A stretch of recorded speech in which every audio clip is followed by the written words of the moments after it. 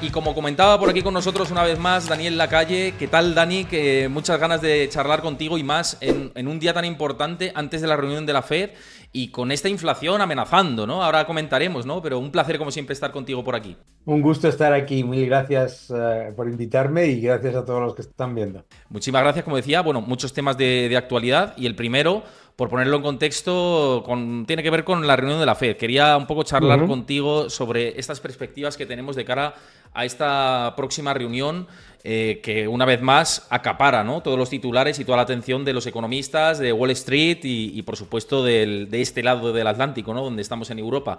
En este caso se esperan no recortes, pero ya no solo no recortes, sino si vemos las perspectivas de los futuros sobre fondos federales, parece que de los 6 7 que se hablaba a principios de año, que yo particularmente, ahora me dirás tu opinión, lo veía como un disparate auténtico, sobre todo si no había recesión económica o una desaceleración importante de la economía norteamericana, y al final las expectativas del mercado se han ido ajustando a 5, 4, 3 y veremos, ¿no?, si seguimos con esta dinámica de inflación. ¿Tú qué esperas de la próxima reunión? ¿Esperas un Powell más agresivo, teniendo en cuenta estos últimos datos de inflación, más neutral, ¿no?, porque ya ha abierto la posibilidad de bajar tipos, que eso está ahí, está claro, y ya ha dicho que en el segundo semestre seguramente se hará? ¿Qué puedes esperar con el contexto que tenemos? Bueno, yo creo que tú has dicho una parte muy importante, ¿no? Yo nunca he entendido cómo podía haber parte del mercado que descontaba, por un lado, una economía que crecía razonablemente bien, con un empleo que crece bien y a la vez 6, 7 bajadas de tipos, ¿no? No había ninguna lógica en la idea de que íbamos a tener un aterrizaje suave y 6, incluso 7 bajadas de tipos. Entonces yo creo que a medida que ha ido pasando el tiempo, el mercado ha ido ajustando ese exceso de euforia con respecto a las bajadas de tipos, que en realidad no era un exceso de euforia. Es decir, si realmente esperabas 6 bajadas de tipos, deberías haber estado preparado para no una recesión, sino un cataclismo económico. Entonces, ante lo que son unos datos agregados, el Producto Interior Bruto, el empleo, que justifican que la Reserva Federal mantenga los tipos relativamente dentro de la línea donde están, con alguna bajada técnica, pero no mucho más, yo creo que el mensaje de la Reserva Federal va a ser ese, va a ser, no hay un impacto negativo en la demanda de crédito, desde luego, en la oferta de crédito, ninguno. En los indicadores de riesgo que mira la Reserva Federal. Y sin embargo, los indicadores de inflación favoritos de la Reserva Federal indican inflación persistente, como no puede ser de otra manera en una economía en la que el gasto público está disfrazando el Producto Interior Bruto, en la que el déficit es descomunal y el déficit es imprimir dinero. Entonces mucha gente piensa que la Reserva Federal tiene que tener una posición de bajadas de tipos, pero es que no puede hacerlo. Entonces yo lo que creo es que vamos a tener un mensaje de wait and see, ¿no?, de esperar y ver, y en el que probablemente se mueva más, como tú bien has dicho, pues a eso, a 2 bajadas de tipos, y eso sí baja la inflación. Pues claro, los datos de inflación en tendencia no van bien. Uno, el principal factor desinflacionista del año pasado fue la energía, y la energía está repuntando en el momento en el que la Reserva Federal ha dejado de hablar de subidas de tipos y la masa monetaria está subiendo. Número dos, la inflación subyacente, a pesar de que se ha revisado la forma de calcular la inflación. La inflación subyacente y la inflación titular están por encima significativamente de lo que deberían estar si miramos a los indicadores monetarios. Es decir, si nosotros miramos a los indicadores monetarios, la inflación hoy en Estados Unidos debería estar más cerca del 0 que del 3%. ¿Mm? Por lo tanto, esa enorme diferencia, porque claro, la diferencia que se lo digan al que compra todos los días groceries en el Walgreens, el que compra todos los días comida, ¿no? La diferencia es muy significativa y viene liderada por esa ridiculez del Inflation Reduction Act, ¿no? El programa de reducción de la inflación, de Joe Biden, que lo que ha hecho ha sido perpetuarlo, porque claro, más déficit significa inflación persistente, porque más déficit no deja de ser política fiscal, política monetaria, más déficit es más creación artificial de dinero, ¿no? Entonces, a mí me parece que la Reserva Federal tiene que mantenerse lo más cuerda posible y ya además tiene muchos argumentos para mantenerse de esa manera. Primero, que el mercado, como tú bien has dicho, se mantiene de lo más estable. Maravilloso. Los datos agregados. Claro, si disfrazas el PIB con gasto público y el empleo con empleo público, mis queridos amigos, entonces le estás quitando argumentos a la Reserva Federal para bajar tipos. Por lo tanto, yo creo que lo que va a hacer va a ser dar un mensaje de responsabilidad y, y en línea con lo que llevo diciendo muchos meses. En realidad no estamos dando ninguna sorpresa a nadie. Es que lo que en realidad la gente considera una sorpresa es que la Reserva Federal ha hecho exactamente lo que decía que iba a hacer y el mercado se había pasado de frenada en sus estimaciones de bajadas de tipos que, repito, no tenían ningún sentido, ¿no? Muy interesante lo que dices de la inflación y mira, quiero añadirte algo. Leía esta semana, bueno, a finales de la semana pasada, el informe semanal que hace siempre Michael Hartnett, estratega jefe de Bank of America, y se centraba mucho en el punto de la inflación y la inflación en términos anualizados, ¿no? Y decía, claro, y estaba muy bien el cálculo matemático porque evidenciaba que con un crecimiento del 0,2% mensual de la inflación, teníamos un repunte de la inflación general al 3,6%. Y si era del 0,3 o el 0,4, ya se nos disparaba hasta por encima del 4%. Y es algo no descartable y sobre todo de cara a los meses de verano que sabemos que son más favorables para el calentamiento de la inflación, ¿no? Entonces, cuidado con dar mensajes de vamos a recortar tipos y demás, porque la dinámica, como estás diciendo, no es buena y puede venir un susto que ahora mismo es un riesgo de cola que los mercados no lo están cotizando o no parece que lo estén cotizando. Yo creo que el mercado se va adaptando a esas menores, incluso en algo, o sea, nosotros estamos empezando a no a preocuparnos, pero a orientar las carteras a que puede que no haya ninguna bajada de tipos, sí, como tú comentas, el aumento de la masa monetaria que lleva ocurriendo desde más o menos noviembre, se acelera porque año electoral significa el gobierno aumentando el gasto y tirando de déficit más, ¿no?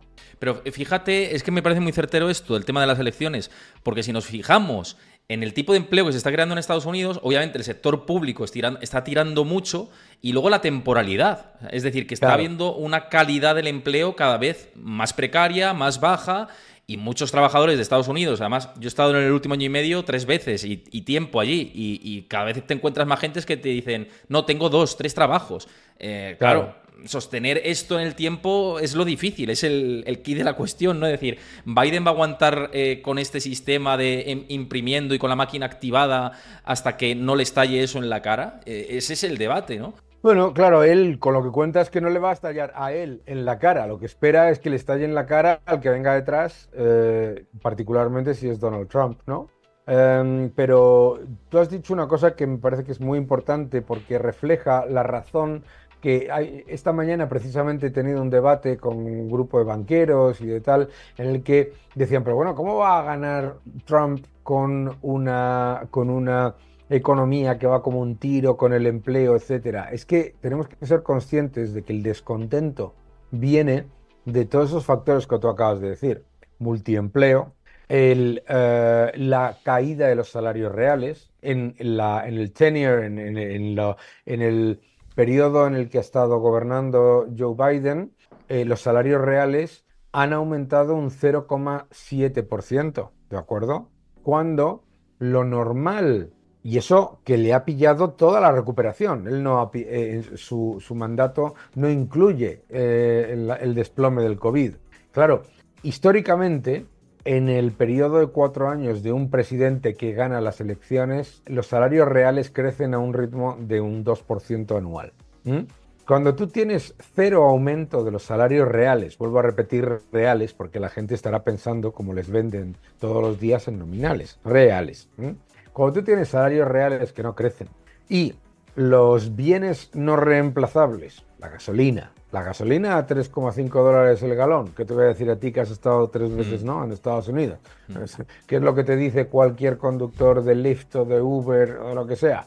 Esto es un desastre. Entonces, ¿y de dónde viene el empleo? El empleo ha venido fundamentalmente de dos patas, ¿no? El hospitality y todo lo que tiene que ver con, digamos, todo lo que tiene que ver con se me va la palabra en español, todo lo que tiene que ver con el sector de servicios orientado a hostelería y restaurantes, etcétera. Y luego el sector público, fundamentalmente educación y administración. Entonces, mucho descontento, eso genera mucho descontento, ¿no? Y tenemos que ser conscientes de ello. Claro, podemos debatir esto todo lo que nosotros queramos, porque los miembros de la Reserva Federal miran y dicen, no, unemployment rate bajo, y punto. No entran en que la ratio de participación laboral o la ratio de empleo sobre población están por debajo de los niveles previos a la pandemia. Ellos miran ratio de desempleo, el empleo va muy bien y se crean 250.000 puestos de trabajo cada mes. Ya está. Por lo tanto, seamos conscientes de eso y seamos conscientes de que la inflación persistente es un problema. ¿Puede Biden mantener esa máquina de déficit sin que se genere un problema? Lo puede mantener durante un tiempo. Lo que espera es que claramente tenga que ser el siguiente el que tenga que hacer el ajuste, ¿no? Ojo que una cosa con el tema del déficit, que hoy además acaba una estadística en mi cuenta de Twitter y desde el mandato de Bush, todos los presidentes, republicanos y demócratas, han engrosado la maquinita del déficit, ¿eh? O sea, que al final... Claro. Otra cosa es para lo que emplees el gasto, que ahí está el debate y demás, o lo que hayas empleado, la emisión de deuda, para lo que hayas dedicado. Ese es otro debate, pero la emisión de deuda ha sido denominador común desde la crisis financiera del 2008, para primero rescatar la economía y después... Y antes. Claro, y antes. Sí, y antes. Pero es la dinámica que lleva Estados Unidos. Sí, la dinámica... Bueno, pero... vamos a poner las cosas en el contexto de qué es Estados Unidos, ¿no? Estados Unidos es la moneda de reserva del mundo, por lo tanto, Estados Unidos se puede permitir un déficit si la economía crece a un ritmo del 4,5% nominal, se puede permitir sin problemas un déficit del 2%, eso significa literalmente que la demanda global de dólares absorbe la deuda que emite Estados Unidos y el crecimiento justifica que se mantenga solvente y, por lo tanto, como el activo de menor riesgo, ¿vale? Más o menos. Pon un 4%, crecimiento nominal, 2% de déficit. El problema ha sido en las dos últimas administraciones, Trump primero y Biden, ¿de acuerdo? Que lo que hacen es, olvídate de todo, aquí, el déficit, el que sea, y lo que tienes es un crecimiento que es muy inferior a lo que es la tendencia, porque claro, la gente dice la economía norteamericana va muy bien, ha crecido un 2 y pico por ciento. Ojo, mis queridos amigos, es que debería, para ese tipo de déficit, debería estar creciendo al 4,5, si no al 5%. Entonces, ahí es donde se está generando el germen del problema de sostenibilidad de la deuda de Estados Unidos, que es que sobrepasa el 100% del Producto Interior Bruto y además de sobrepasarlo, el crecimiento de la economía ajustado por la acumulación de deuda el año pasado fue el peor desde 1930. Entonces, ahí es donde empezamos a entrar en dinámica que es más eurozona y más japonesa y menos Estados Unidos. Claro, el otro día hablando con Mick Mulvaney comentaba que lo que está comentando estos días Arthur Laffer también, y estaba comentando diciendo, o sea, lo que se decía que era una locura con Bush, hoy sería sano. Lo que realmente sería un Goldilocks economy, ¿no? Sí. Entonces, ¿cuál es el problema? Como creo que había un artículo de The Economist que decía que el gran problema de la economía norteamericana son dos, ¿no? Que gane Biden o que gane Bush. Digo, o que gane Trump, ¿no? Es decir, el gran problema es da igual. Da igual lo que el gran elijas, problema eso. es da igual, porque los dos tienen como política fiscal, no importa un déficit desbocado, ¿no? Muy interesante esto que dices y además que va muy al hilo de otro tema que quería tratar, ¿no? Que es el tema de Trump, Biden y, bueno, pues la sostenibilidad de la deuda, que lo has comentado. Y antes de irme al tema Trump, porque esta semana también pasada decía Rubini que Trump es el mayor peligro para la economía mundial. Luego quiero comentarte esto y por qué lo dice, por el tema del proteccionismo, etcétera, ¿no? Luego te lo comento. Pero antes, con el tema de la deuda, dices, ese es el germen de cara a la insostenibilidad de la deuda de Estados Unidos a largo plazo. ¿A ti te parece que es insostenible este camino de Estados Unidos si sigue con esta espiral?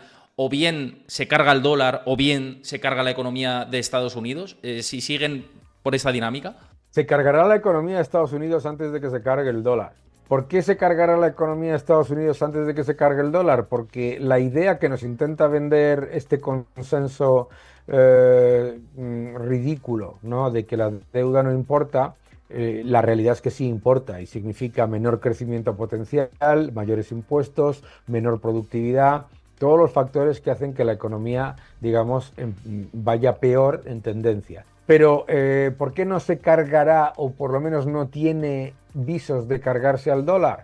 Porque el mundo monetario es un mundo relativo, ¿m? Y no hay alternativa, ¿no? Entonces, claro, cuando dices, vale, ¿qué desequilibrios tiene la economía norteamericana con el déficit, etcétera? Sí, sí, mira la de España, mira la de Italia, mira la de Japón, ¿sabes? Es decir, eh, al final, como comentaba yo antes, política fiscal y política monetaria es exactamente lo mismo, son dos caras de la misma moneda, ¿no? Entonces, lo que mantiene al dólar como moneda de reserva del mundo es el hecho de que no tiene alternativa fiduciaria y que no tiene y que además el mundo monetario la política monetaria no es una política de a ver quién gana primero, es una política de a ver quién pierde primero. Y te garantizo que en esta espiral de la deuda no importa, los estados pueden hacer lo que les dé la gana, bla, bla, bla, bla, bla, bla.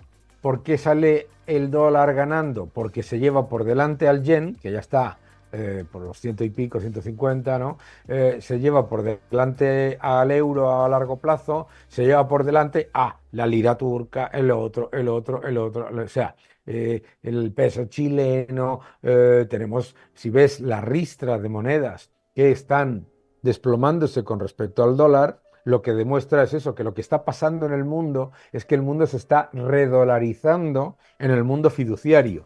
Pero por el otro lado, lo que demuestra que todo esto que tú estás diciendo es correcto y que se está mostrando la insostenibilidad de la política fiscal es que a lo mejor el dólar no te lo cargas con respecto a las monedas fiduciarias, pero resulta que el oro se dispara, resulta que se dispara el Bitcoin, es decir, que están apareciendo, que están apareciendo las señales de alarma por las alternativas independientes, ¿no? Es decir, que para ti el hecho de que el oro en un momento de tipos reales positivos como el que tenemos actualmente se haya disparado por encima de 2.200, ¿no? Es blanco y en botella, ¿no? Es protección Claro, ante esta situación, ¿no? claro, es la muestra de la destrucción monetaria. O sea, tú dices, pero ¿cómo puedes? Siempre se ha dicho, el oro nunca funciona cuando el bono a 10 años de Estados Unidos te da rentabilidad flat o positiva. Y te resulta que no. ¿Y qué es lo que te está diciendo entonces el oro? Lo que te está diciendo el oro y lo que te está diciendo el mercado y lo que están diciendo los bonos, acuérdate, este año iba a ser el año de los bonos, ¿eh? Bueno, pues el índice de bonos norteamericano, el índice de bonos europeo están en negativo, ¿no? ¿Qué es lo que te está diciendo? Lo que te está diciendo es destrucción monetaria. Es que lo que te está diciendo es que la situación fiscal es tan insostenible que o significa inflación persistente o significa un problema de crisis de deuda o estancamiento secular. Y lo más probable es que te pasen la primera y la tercera a la vez y no una crisis de deuda, porque al final el sistema financiero entero tiene un pilar básico, que es que la deuda soberana siempre se refinancia, ¿de acuerdo? Aunque sea a tipos más altos. Entonces, vale, va saltando, pero resulta que el bono a 30 años de Estados Unidos está al 4 y pico por ciento. Y dices, hombre, ya no estamos hablando de perspectivas a corto plazo, estamos hablando de que el mercado está asumiendo una inflación persistente y además ya creciente, ¿no? Vamos a ver. Pero desde luego a mí sí me parece que el mercado lo que hoy refleja es más el riesgo de destrucción monetaria ante la insostenibilidad fiscal que el fin del dólar, que obviamente, pues cuando no hay alternativa fiduciaria, vuelvo a repetir, pues obviamente no tiene visos de ocurrir. De hecho, lo que está ocurriendo desde la época en la que nos decían que viene la desdolarización, acuérdate, lo que hemos visto ha sido redolarización. ¿Mm? No, me reía porque, bueno, no sé quién podía creerse el pitorreo este de la desdolarización, ¿no? Me parecía una No. auténtica barbaridad y una auténtica locura, pero bueno, era muy titulable, ¿no? El tema de la Mm. desdolarización, daba muchos clics y bueno, pues está claro que eso siempre interesa, pero vamos, las dinámicas no iban por ahí y si nos fijamos en las monedas de reserva del mundo, es que el yuan aparece ahí de casualidad, de momento, ¿no? Está claro que comerá No. terreno, pero ganar al dólar es otra película, ¿eh? Es otra empresa mucho más importante, ¿no? Pero te quería comentar con este telón de fondo que estamos comentando y esta situación en la que el déficit fiscal está impidiendo que se desacelere la economía de Estados Unidos, lo vimos en el 23, lo estamos viendo en el 24. ¿Para ti se sortea con este esquema un aterrizaje suave o forzoso, ¿no? Porque es que lo que estamos viendo es no aterrizaje directamente. Lo hemos visto en el 23 y lo estamos viendo en el 24. Para ti es soft landing, vamos, o no landing, o cuidadito que estamos haciendo que esto se haga muy grande y es que en cualquier momento puede petar, ¿no? Por decirlo de una manera gruesa, la economía de Estados Unidos, teniendo en cuenta la dinámica que estamos teniendo, que es lo que estábamos comentando antes. Claro, tú imagínate que mañana el gobierno tuviese que reducir el déficit al 2% del Producto Interior Bruto. Ojo, que sigue siendo déficit, ¿de acuerdo? Al 2% del Producto Interior Bruto. Estados Unidos tiene un año de contracción del Producto Interior Bruto, ¿vale? Entonces, lo que tenemos que ser conscientes es de que esto que ahora se está creando como una narrativa, ¿no? De que disfrazar el Producto Interior Bruto vía aumento masivo del déficit y del gasto público es un éxito, siempre conlleva riesgos a futuro. Y los riesgos son, desde luego, muchos más impuestos a futuro, inflación persistente, menor crecimiento potencial y menor productividad. Entonces yo pues diría que cuanto más se retrasa el aterrizaje, peor es el aterrizaje, ¿no? Y voy a hacer un símil aéreo, ¿no? Si tú aceleras cuando te estás acercando a la pista, ¿de acuerdo? Te matas, claro. Y lo que están haciendo literalmente es intentar aterrizar acelerando. Y eso es un gran problema. Y es un gran problema. Claro, la gente dice, oye, claro, es que fíjate lo que dice Rubini, fíjate lo que dice Peter Schiff, fíjate lo que dice cualquiera. Y dice, bueno, pero es que no se cumple. Hombre, ¿cómo se va a cumplir este año? ¿Sabes? Si inyectas 2 billones de dólares en la economía vía gasto público y no sacas medio billón, es que eres un inútil, ¿sabes? ¿No? Pero como yo digo a todo el mundo, esto de con la tarjeta de crédito de otro, todos los restaurantes son baratos. Y si no nos damos cuenta de que de lo que se está generando es un problema mayor, cuanto más se tarde en reducir esos desequilibrios, peor es el problema, ¿no? Mira, ahora que mencionabas a Rubini, que te lo he mencionado antes, es porque ha escrito un artículo recientemente en el que dice que Trump le parece la mayor amenaza para la economía mundial. Y lo que argumenta, Sí. no estoy diciendo que esté de acuerdo o no, te lo quiero poner aquí en escena porque me parecía interesante, que dice que con el proteccionismo que está defendiendo ya en precampaña electoral de imponer aranceles del 10% sobre el 2% que están actualmente, eso supondría una gran espiral de inflación a nivel mundial, una mayor amenaza para los bancos centrales y controlar los precios y de ahí pues a que al final desemboque en una crisis mundial para controlar esa inflación. No sé qué te parece esta teoría un poquito, ya sabemos que es Doctor Doom, Rubini, ¿no? Es conocido por anticipar catástrofes, ¿no? En 2008 entre ellas, ¿no? Pero bueno, lleva mucho tiempo con esa retórica, pero sí, tiene parte de razón. Yo creo que parte de razón sí que la tiene, ¿eh? Si vamos a una espiral proteccionista no de Estados Unidos, sino a nivel mundial, ¿no? A un mayor nacionalismo, mayor proteccionismo, ¿no? Fíjate que lo que es la narrativa, ¿no? El año de mayor aumento del proteccionismo a nivel mundial fue la llegada de Obama, ¿no? Y Estados Unidos ha sido el país que más ha aumentado las medidas proteccionistas con Obama y con Biden. Por otro lado, no debemos olvidar que se dice, no, es que ¿qué riesgo supone Trump? Trump supone un riesgo en cuanto a las formas, pero no en cuanto al fondo, ¿no?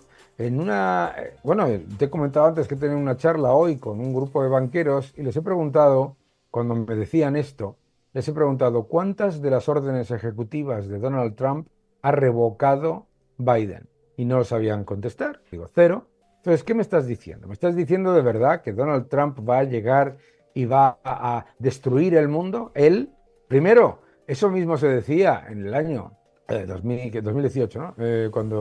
2016, ¿no? Cuando llegó la primera vez. 16, perdón. Sí, pero en el año 2018, si te acuerdas, cuando empezó con lo de la guerra comercial, etcétera, con el famoso concepto de la guerra comercial que se ha mantenido entero, ¿no? Entonces, no, Donald Trump no se va a cargar la economía. Ahora, si todos estos excesos que se están acumulando saltan durante el mandato de Trump, le van a echar la culpa a Trump. Le van a echar la culpa a Trump. Van a decir, claro, la razón por la que la economía va muy mal es por culpa de Trump y el proteccionismo, no por haber acumulado déficits masivos y la deuda global a máximos históricos, etc. Entonces, a mí me preocupan las narrativas estas de causalidades falsas, ¿no? Si gana Donald Trump no va a ser... Imagínate por un momento ese análisis que dice Rubini. Dice, vamos a ver, va a poner aranceles a todo del 10% por encima de los dos que ya hay y eso va a causar enorme inflación. Los aranceles no son inflacionistas. Los aranceles le suben los precios unitarios a los países que los ponen, pero no generan una espiral inflacionista en todos lados. Lo único que hace que los precios suban al unísono, consoliden la subida y sigan subiendo aunque sea a menor ritmo, que es lo que es la inflación, es imprimir muchísima más cantidad de dinero yendo a activos relativamente escasos. Porque piénsalo un momento, si tú le pones aranceles a los productos de China, ¿de acuerdo? Eso puede hacer que los precios unitarios de esos productos en particular suban. Pero si la cantidad de dinero es la misma, la cantidad de dinero que tenemos para pagar el resto de los productos es menor. Y por lo tanto, los precios del resto de las cosas bajarían. Lo único que puede hacer que te tragues los aranceles, más la subida del resto, más la subida y además se consolide, es que la cantidad de dinero en el sistema aumente masivamente por encima de la demanda del mismo. Lo que pasa es que en todo el debate, todos los que nos están viendo, lo que están teniendo que leer todos los días del lado vendedor, bancos de inversión, bancos centrales, gobiernos, etcétera, etcétera, es que tienen que ignorar los indicadores monetarios. Que la inflación, todos los desequilibrios monetarios no importan, ¿de acuerdo? Y es falso. Entonces, la única recomendación que yo le puedo hacer a todos los que nos están viendo es que no, la inflación no la genera una guerra, no, la inflación no la genera la ruptura de las cadenas de suministro, no, la inflación no la genera Donald Trump. Lo único que pueda, porque si fuese así, hoy tendríamos una inflación del 0%, no una inflación del 3 y pico por ciento, después de una inflación del 3 y pico por ciento, después de una inflación del 8%, ¿entiendes? Que la inflación es acumulativa, ¿no? Sí, sí. Bueno, interesante toda esta perspectiva y otro día si quieres ya charlamos porque además como van a ser elecciones en noviembre va a dar tiempo a en otro momento charlar de las implicaciones proteccionistas de Trump y bueno y las implicaciones expansivas de Biden, ¿no? Hay mucho debate y mucho que comentar desde el plano económico. Viendo, Trump y Biden son con 1 o 2 grados de separación la misma política fiscal. Proteccionismo y expansionismo. Uno te baja los impuestos y te aumenta el gasto público, el otro te sube los impuestos y te aumenta el gasto público. Uno te anuncia enormes aranceles y ataques y de todo y usa un lenguaje beligerante y el otro se pone las gafas, se olvida de dónde está, pero hace lo mismo. O sea, proteccionismo y expansionismo es la misma política. Ujú.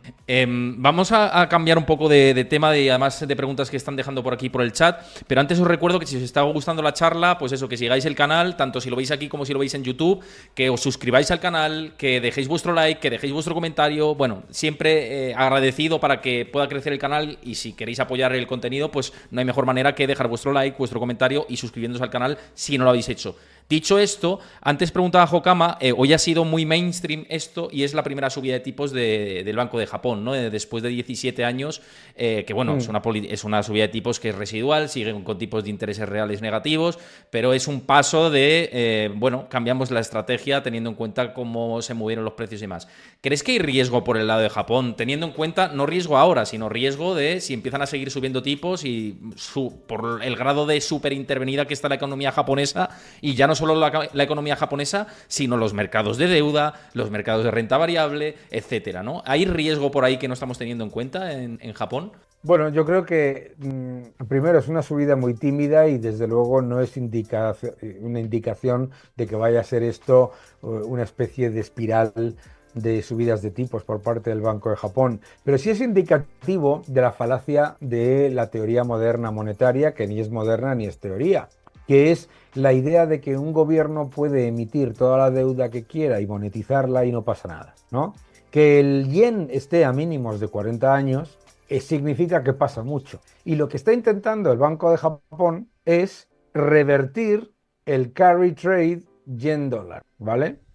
Para que entren, para que digamos que se reduzca la salida de capitales del yen, y se estabilice un poco más, ¿no?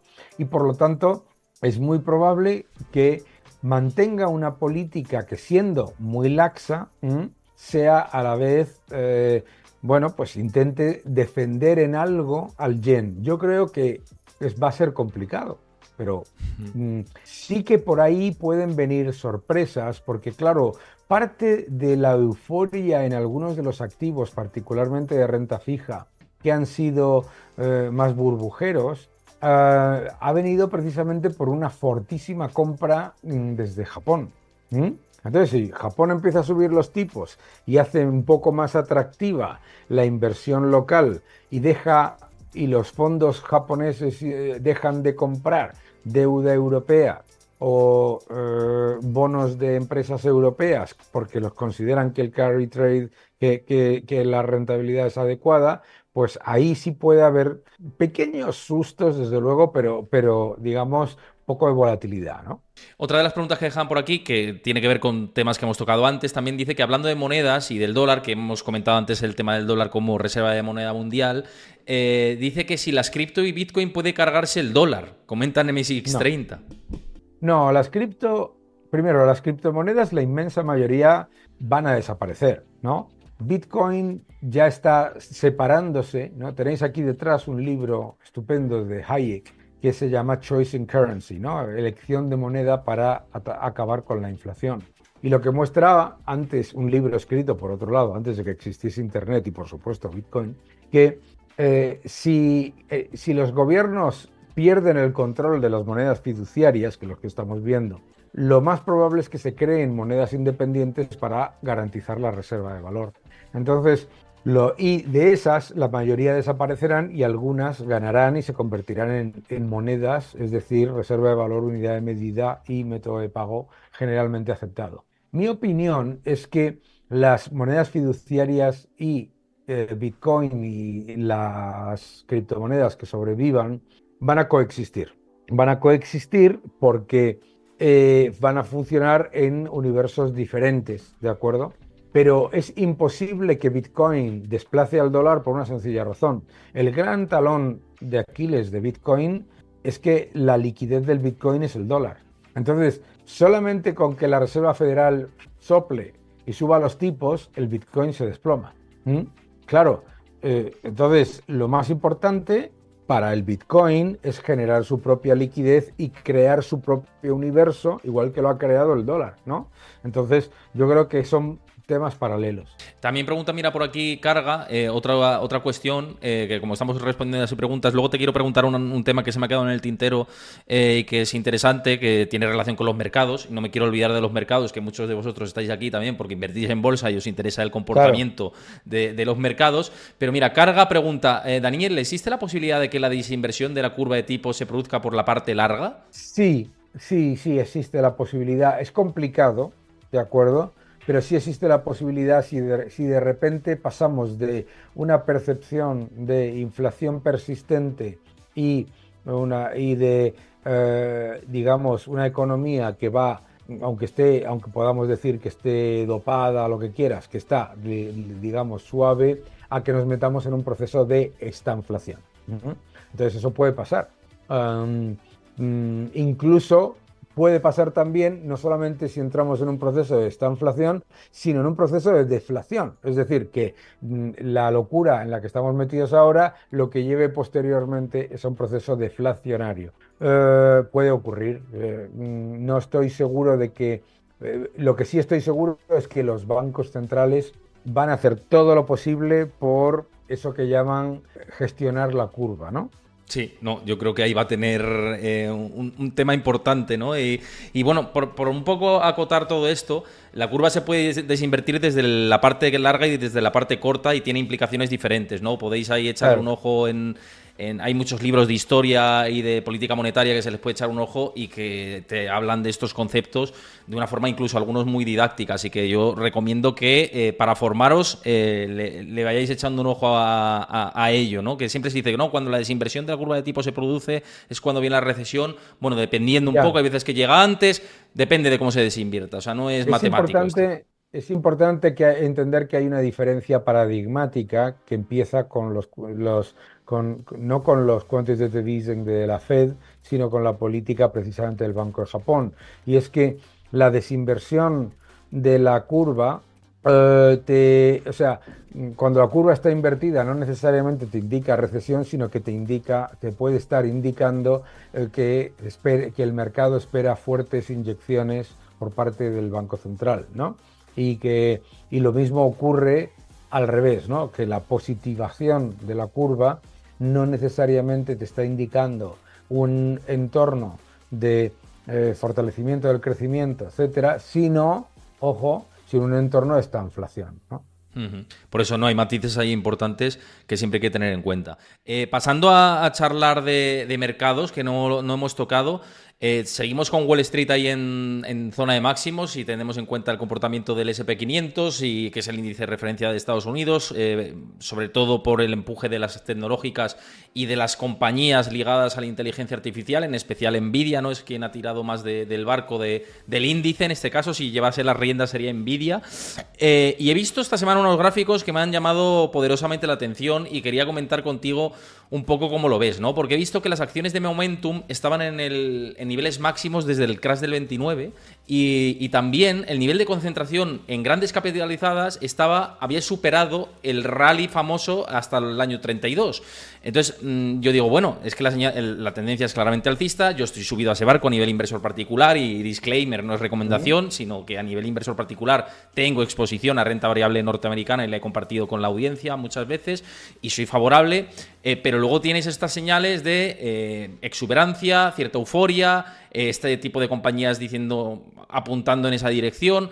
No sé si a ti te da un poquito hay que bajar un poco el pistón. Sí. Llevamos muchos meses seguidos, 4, casi 5, subiendo de manera consecutiva. Es verdad que hay mucha liquidez en el mercado, pero se está drenando vía la facilidad del repo inverso. No sé si ves ahí algunas cosillas que echarle un ojo y decir, oye, igual nos estamos pasando con esta subida tan fuerte. Tú has comentado el factor fundamental que ha liderado la exuberancia de mercado en los últimos meses, que ha sido la facilidad del repo inverso, que está prácticamente drenada. El último dato creo que anda por los 0,5 billion, sí, ¿no? Sí, 400.000 millones quedan o algo así, aproximadamente. 0,5 billion no, por supuesto, 0,5 trillion, ¿vale? Eso es. Pero, entonces, el tema siguiente, vais a sorprenderos. Necesitaríamos una crisis del techo de deuda para que el repo facility volviese a funcionar como un motor de mercado.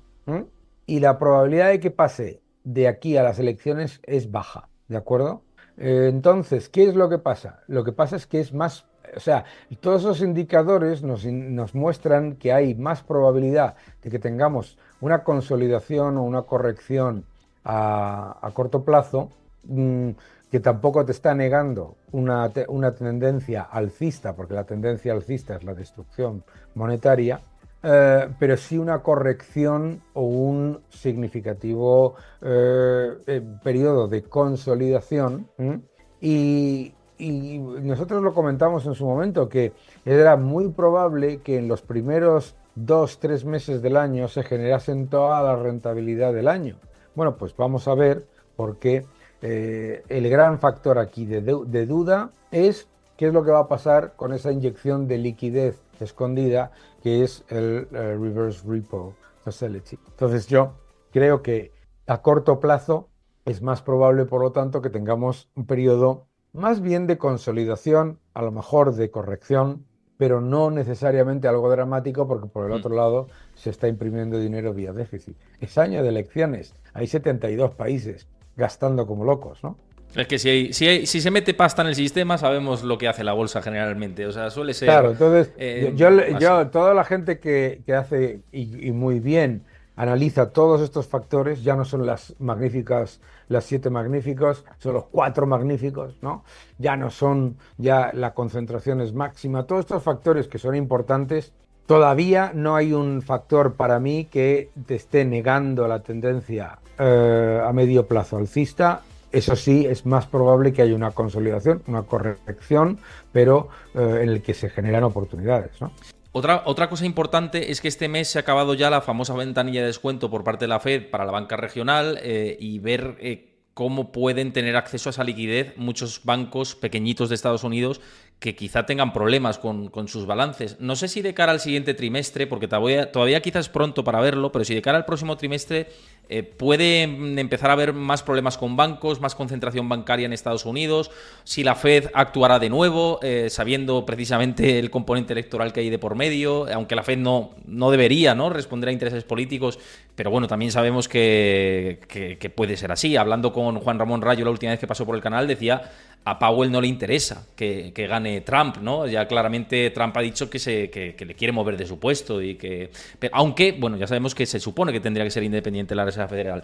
Pero, ¿crees que puede haber problemas, que me voy por las ramas, con la banca regional de nuevo en Estados Unidos, teniendo en cuenta estos factores que comento? ¿A Powell no le interesa que gane Trump? No, eso no es correcto. A Powell le da exactamente igual quien gane, porque Powell es una persona que es multimillonaria. Esto es muy importante entenderlo, y que no tiene ninguna necesidad de agarrarse al puesto como si fuese un ministro español, ¿entiendes? No.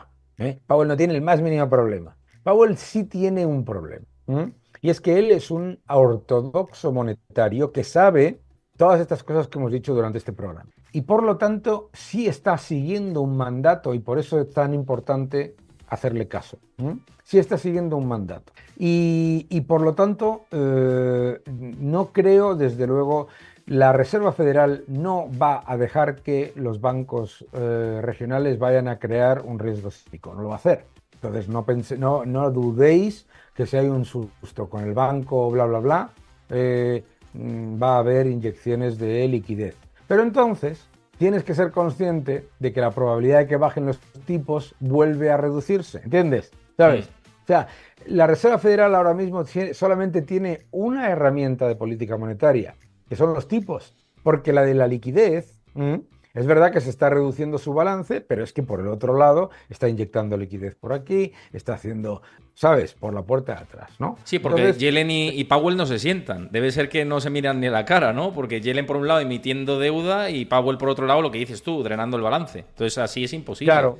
Entonces, claro, el mercado está asumiendo correctamente que toda esa acumulación de deuda y de déficit va a terminar en una política mucho más laxa por parte del Banco Central. Por lo tanto, el mercado, lógicamente, tiene un sesgo alcista porque sabe que si salta un susto con los bancos regionales va a inyectar liquidez, y lo va a hacer, y sabe que su única arma son los tipos de interés. Por lo tanto, ¿cuál es nuestra debilidad como inversores? Si jugamos a que tiene que bajar los tipos de interés.